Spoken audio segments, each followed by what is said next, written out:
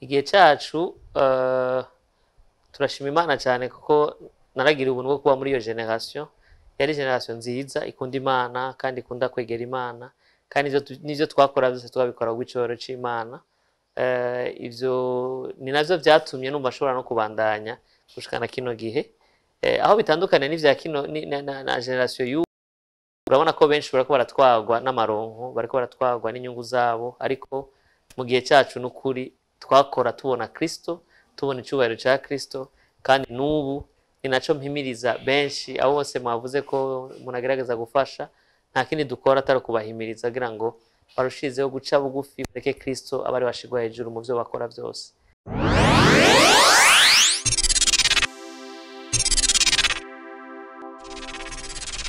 Shalom shalom bakunzi ba Burundi Gospel TV, turabaramukije mu izina ry'umwami wacu Yesu Kristo. Uyu munsi turi kumwe n'umutumire wacu Pst Joyeux ntabareha. Reka tumuha akanya aturamutse. Mahoro cyane. Ego Pst Joyeux, uwo babaza Pst Joyeux ninde? Pst Joyeux ni umwana w'Imana yakijijwe, yirata ubuntu bwa Kristo,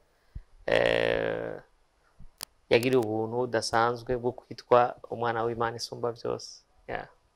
Pst Joyeux, mbega murubatse, mufise abana bangahe? Ego nubatse n'umupfasoni yitwa Niyonzima Magnifique, tukaba dufise abana batatu. Ego hama turiteze n'uwundi wa kane, Imana ntiyatugirira ubuntu mu mezi ari imbere. Mwotubwira intaye y'agakiza kanyu? Je nakijijwe mu 1996, nari mfise imyaka 16. Hama mbwirwa ubutumwa bwiza n'umuvyeyi wanje, nyakwigendera mama. Ariko nsubiye inyuma gato, nakuriye mu muryango ukijijwe, ariko byabindi nyene by'abana bose dukurira muri Sunday school, kabandanya ujya gusenga.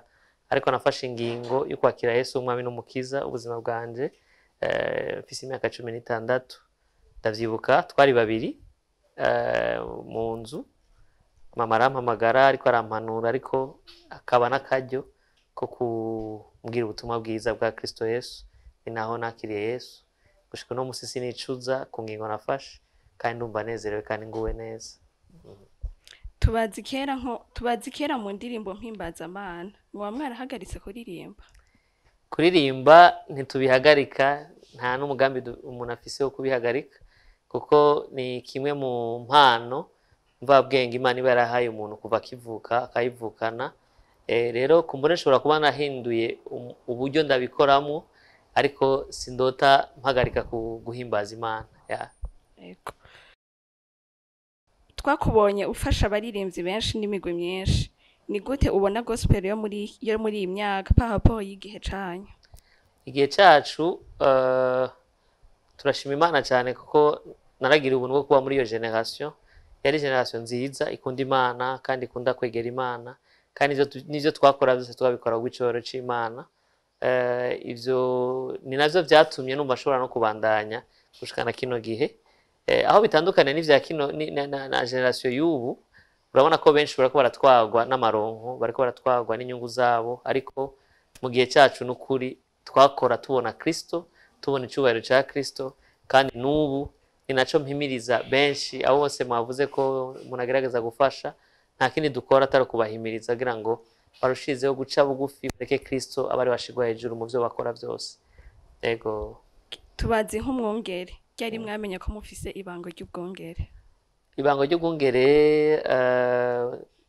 naribwiwe kuva kera, ariko ntavyemera, numva ntariko ndavyakira muri jewe. Ariko mu 2013 niho Imana yanganiza cyane kuri ico kintu, naho imbere yaho gatoyi yagerageje kubisobanura mu buryo butandukanye ntavyemera. Ariko muri 2013 niho naronka igicapo kiri clair, nanje numva mu mutima wanje ndavyakiriye, ndavuga nti Imana ndiho ku bwawe, hama unkoreshe ico ushaka. Muba mufise ishengero murongoye? Ndi umwe mu bungere bo mu ishengero rya New Beginnings Church, ndi mu batanguranye naryo. Hama mu rushengero ndi pastor wa kabiri mu New Beginnings Church. Pastor wacu mukuru yitwa Pastor Izeremable, nawe murezi w'ishengero turafashanya ico gikorwa mu rushengero. Mwatubariye ko murongoye inganje, iryo zina risigura iki? Yatanguye ryari? Mufise iyihe yerekwa? Inganji ni ishirahamwe, iryo zina bwa mbere na mbere ni ijambo ry'ikirundi risobanura kuganza. Turakeneye kubona ukuganza kwa Kristo, kuganza mu byo dukora byose. Tukeneye kubona Imana yiganzira mu byo dukora byose kugira ngo icubahiro cyawe kirishizeho kugaragara. Hama iyerekwa twayironse mu 2003 niho nagendererwa n'Imana, Imana iranganiriza turi ahantu mu gikorane.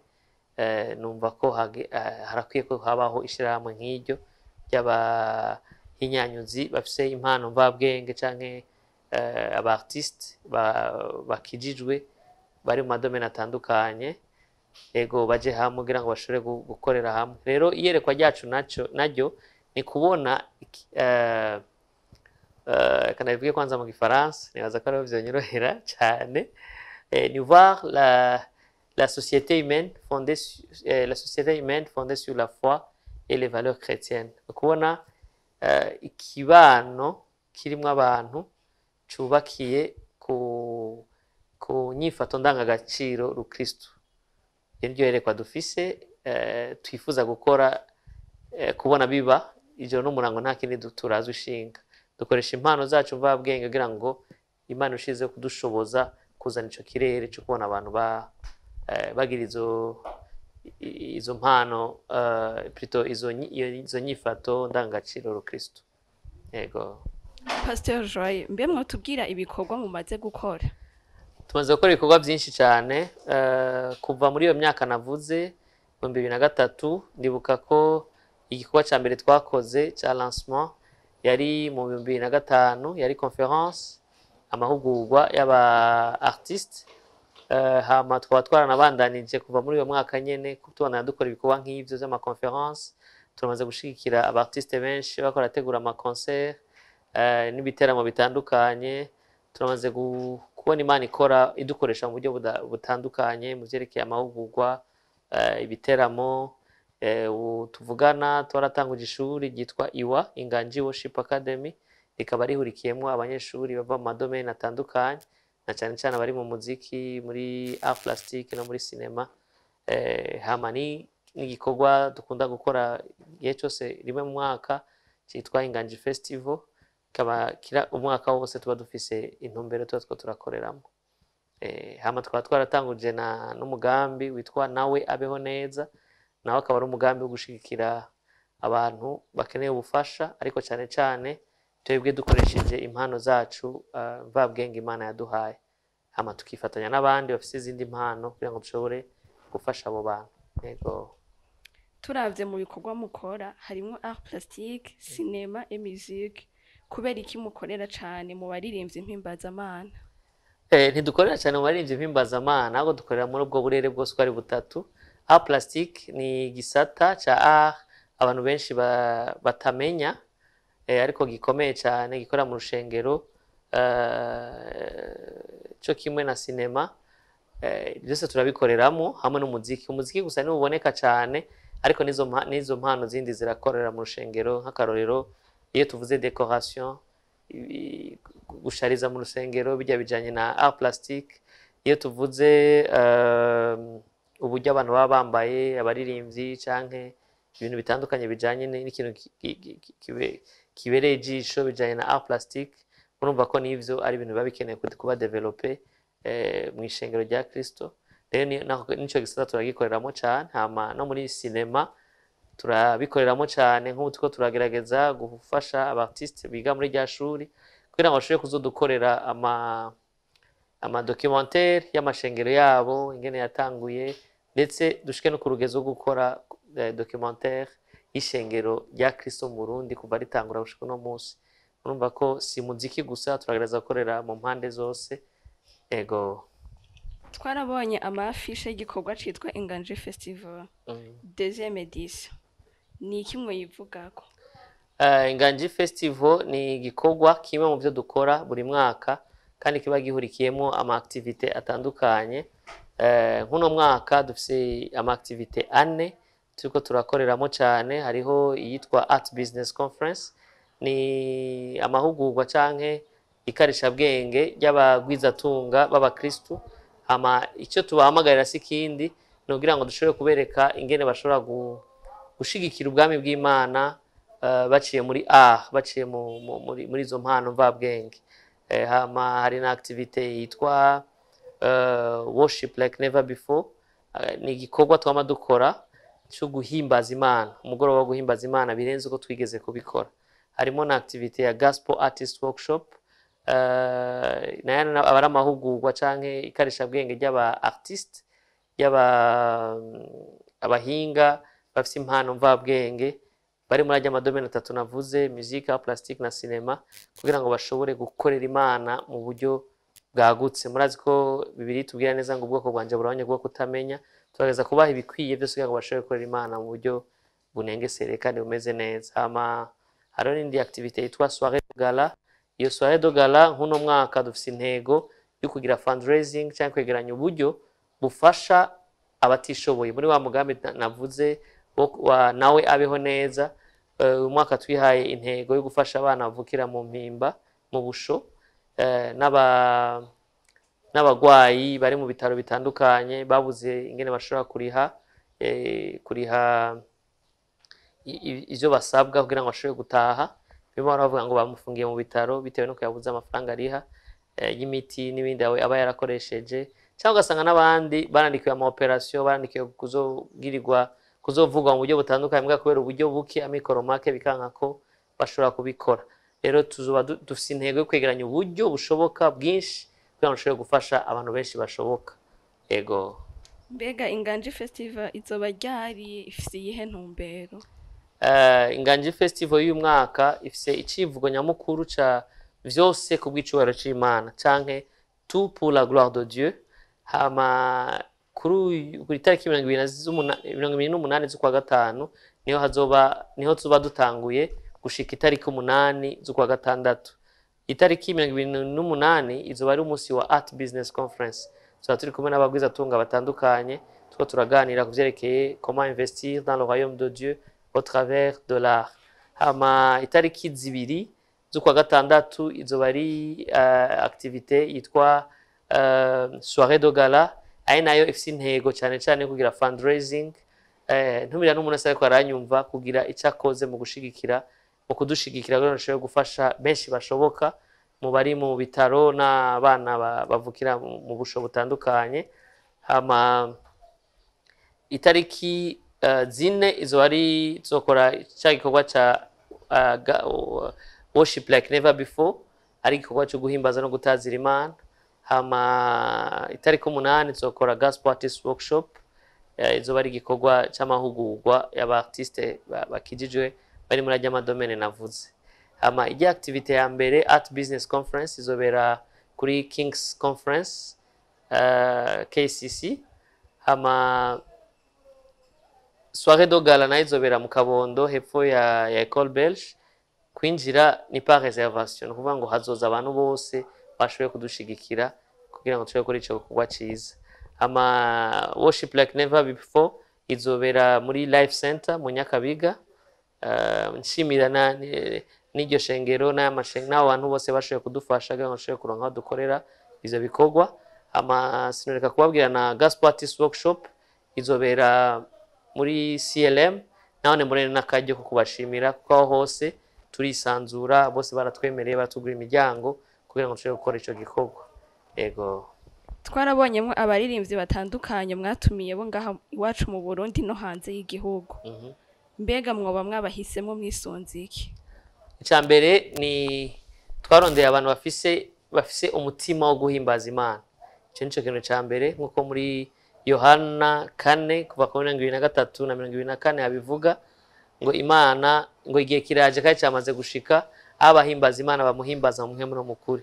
Twarageje kuraba muri benshi bahari babahimbaza Imana by'ukuri, abo nibo twumvise turongowemo kubwira abava mu Rwanda, muri Tanzania, muri Congo no ngaha mu Burundi. Bitavuze ko n'abandi arabahimbaza Imana, ariko mu Kirundi bavuga ngo abakunzi nibarera mu bindi. Rero abo ni muri bake, ni bake muri benshi twashoboye kubona ko twimvisemo ko twokorana muri uno mwaka. Ego twarabonye ko ivyo bikorwa bizomara indwi. Mwotubarira uko ibikorwa bitunganijwe neza na neza? Nkuko nabivuze, namaze kubivuga ku vyerekeye ingene bizokorwa ku itariki 28 gushika itariki 8 z'ukwa gatandatu, ariko nkuko mwavyumvise hari ibikorwa bibiri bijanye n'inyigisho, arivyo Art Business Conference na Gospel Artists Workshop, ariko hariyo n'ibindi bikorwa bibiri hazoba harimo umwanya wo guhimbaza no gutazira Imana, nka worship like never before. Izoba ari akaryo ko guhimbaza no gutazira Imana mu kibanza cagutse kandi huguruye. Uwifuza wese kuza kwifatanya natwe arahawe ikaze. Izoba ari muri Life Center mu Nyakabiga, izo tariki 4 kuva isaha 10 gushika isaha 1 z'ijoro. Hama Art Business Conference kwinjira izoba ari par invitation, no kuvuga hazoba haje abatumiwe gusa. Mbone abana kajya kubwira umugwiza atunga uwari we wese yifuza kuzobana natwe, reka namuhe nimero yoca turonderako kugira ngo nawe tumutegurire invitation yiwe.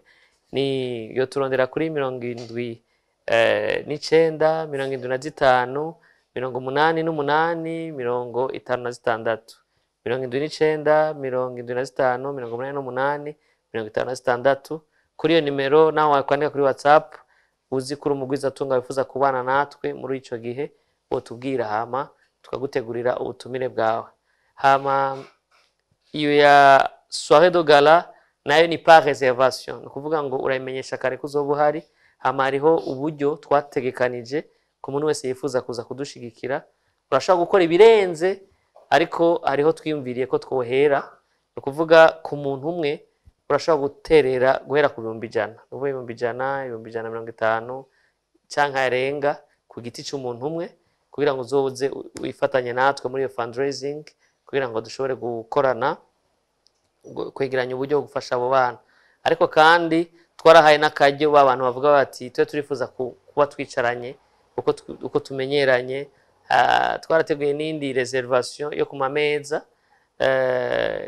Imeza yose izoja ko abantu 6, no kuvuga urashobora guhitamo gufata imeza ku 600 muri 6, canke ku miliyoni 1 canke miliyoni urenga. Hama twabategurira imeza muzoba muri kumwe mwicaranye uko mwumvamo.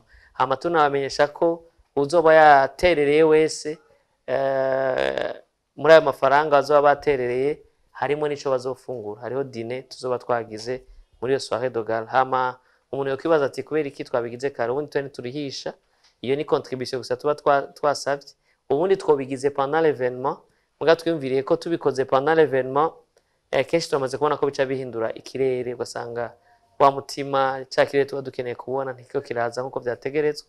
Nico tuma twifuje kugira fundraising imbere, kwegeranya uburyo hakiri kare.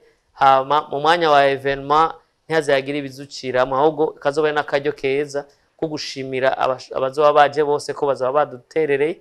Hama tunababwira n'icyavuye mu nterano yabo, nico iyo nterano izobigiye gukora cyane cyane mu gufasha babana bavukiye mu mabohero n'abandi bari mu bitaro. Ego muri soirée de gala kubera iki mwasavye amahera gose? Ubu udafite amahera ntiyemerewe kuza gushigikira? Ubundi nitwasavye amahera nkuko nabivuze, twe turihisha ahubwo ijya n'intererano. Hama kubera abantu bari concerne cyane, twifuza ko bahaba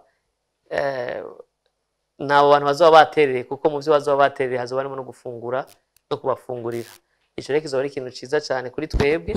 Ubundi ntiturihisha, ariko ni kugira ngo twegeranye ubwo buryo, hama abazoba baterereye bamenye ico baterereye ko kingana, hama nico kigiye gukora.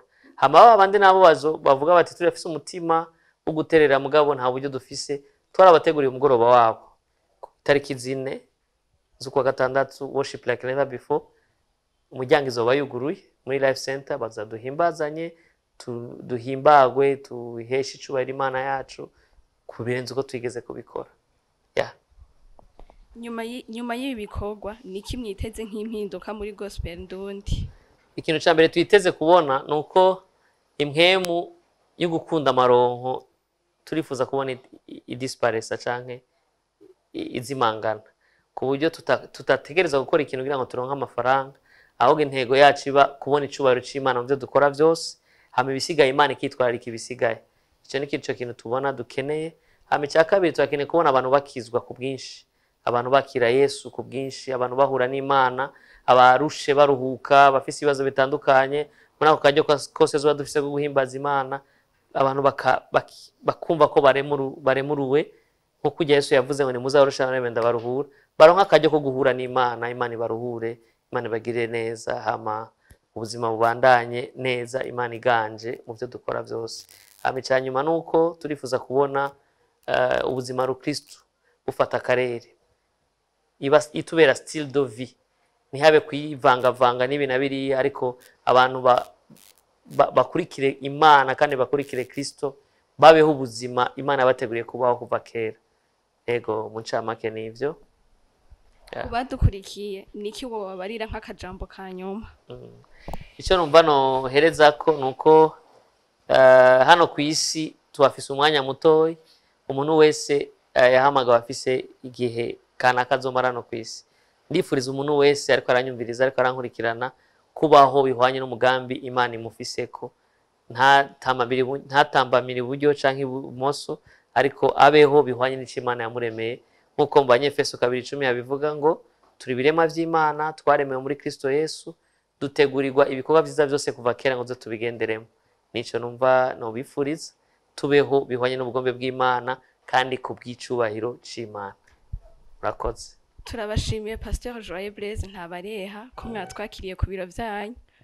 Yego. Murakoze namwe, mwakoze kudutera iteka mukatugendera kuno munsi. Imana ibahezagire. Twongera tubashimira namwe bakunzi ba Burundi Gospel TV, naho ubutaha.